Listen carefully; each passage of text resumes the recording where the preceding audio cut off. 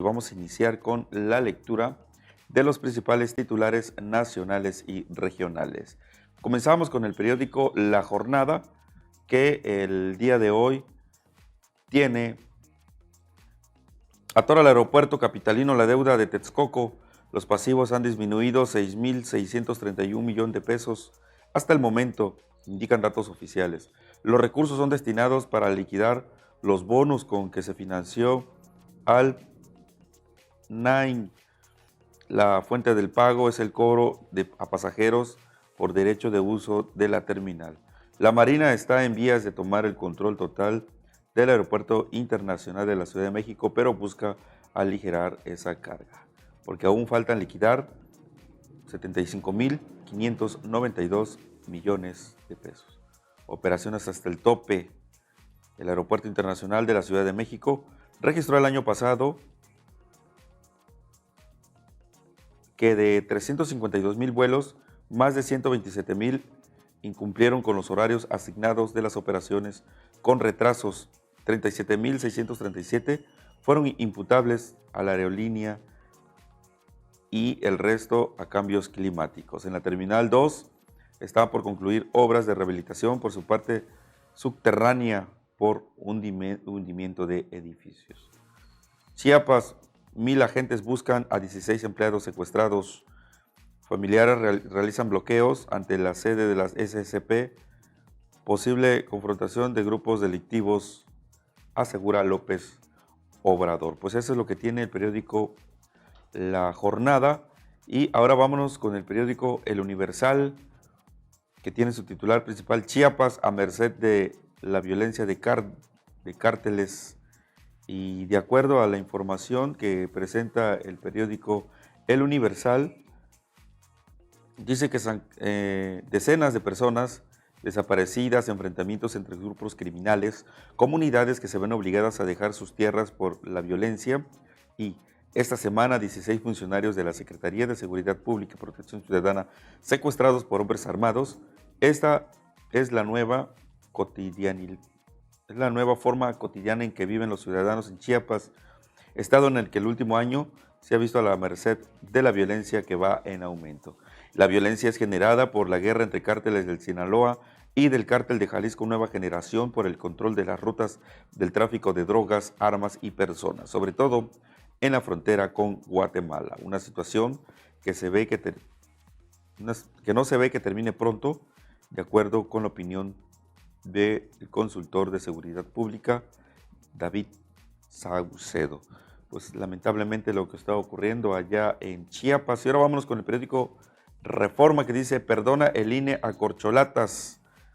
De acuerdo a la información que presenta el periódico Reforma, dice que pese a las evidencias de posibles actos anticipados de precampaña y campaña, la Comisión de Quejas del Instituto Nacional Electoral evitó frenar el abierto proselitismo de los aspirantes presidenciales de Morena. La Unidad Técnica de lo Contencioso del INE realizó 28 informes basados en visitas sorpresas a los recorridos o asambleas públicas de las llamadas corcholata, incluso que existen pruebas de que para terminar que los 6 contendientes podrían estar violando los tiempos electorales que arrancan ya en noviembre. Dichos reportes los conoció ayer la Comisión de Quejas, integrada por 3 consejeros, pero en una votación de 2-1 fueron desestimadas las evidencias. Eso es lo que presenta el periódico Reforma. Y ahora vámonos hasta la capital del estado de Veracruz, con el diario de Jalapa, que dice: preocupa nivel de violencia política. De acuerdo con un reportaje de la periodista Fabiola González, los ataques a las autoridades locales son un problema grave en México, siendo Veracruz uno de los estados más afectados, con al menos 125 eventos de violencia dirigidos contra funcionarios públicos entre el año 2018 y 2022, según una investigación del Proyecto de Datos sobre Eventos y Ubicación de Conflictos Armados, por sus siglas en inglés. De acuerdo con el informe Administración de la Violencia, un proyecto especial sobre la violencia dirigida a los funcionarios locales en México, la violencia contra los funcionarios públicos en Veracruz se correlaciona con la actividad de grupos criminales. Los datos indican que los niveles de la violencia dirigidos a los funcionarios locales suelen fluctuar de acuerdo con los ciclos electorales.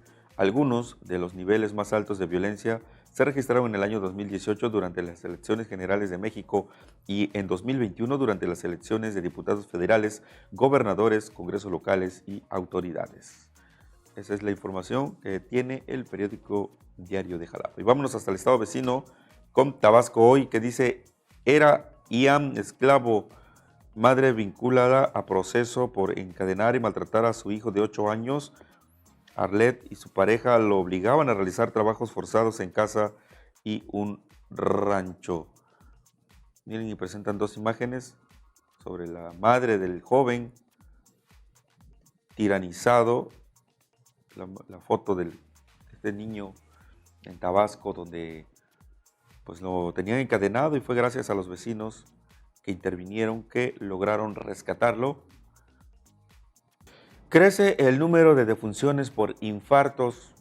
Eso es lo que tiene como titular principal nuestro periódico Presencia Sureste. Junio, el mes de temperaturas extremas, causó el mayor número de muertes por infartos. En 20 estiman datos asentados en actas de defunciones. Este año 2023, el número de fallecimientos ya llegó a las 245 personas por diversas causas. Información de Estado. Senacica unida en la corrupción en Veracruz, dice Cuitláhuac García Jiménez, acusó a las asociaciones ganaderas de mantener un mercado negro en la venta de aretes para ganado. Reubican juzgado de paz al edificio de Ciudad Judicial. Durante más de una década ocuparon un edificio que rentaban en la calle Revolución de la colonia Campo Nuevo. Se electrocuta en Aurrerá de Agua Dulce, soldaba el techo, fue trasladado de emergencia. Y vámonos ahora con la contraportada. Tras volcadura, rapiñan todo: frijol, maíz, arroz. El accidente de la pesada unidad ocurrió antes del mediodía de este miércoles, cuando el chofer se incorporaba a la carretera Coatzacoalcos-Villahermosa y perdió el control. En información de policíaca también, caen presuntos extorsionadores, son de Colombia. Información del País, son 16 los secuestrados. En Chiapas ya arrestaron a 2 plagiarios, envían un video.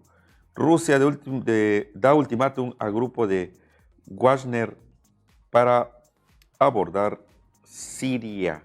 Esto es lo que tiene el periódico Presencia Sureste, que ya está disponible en su versión digital.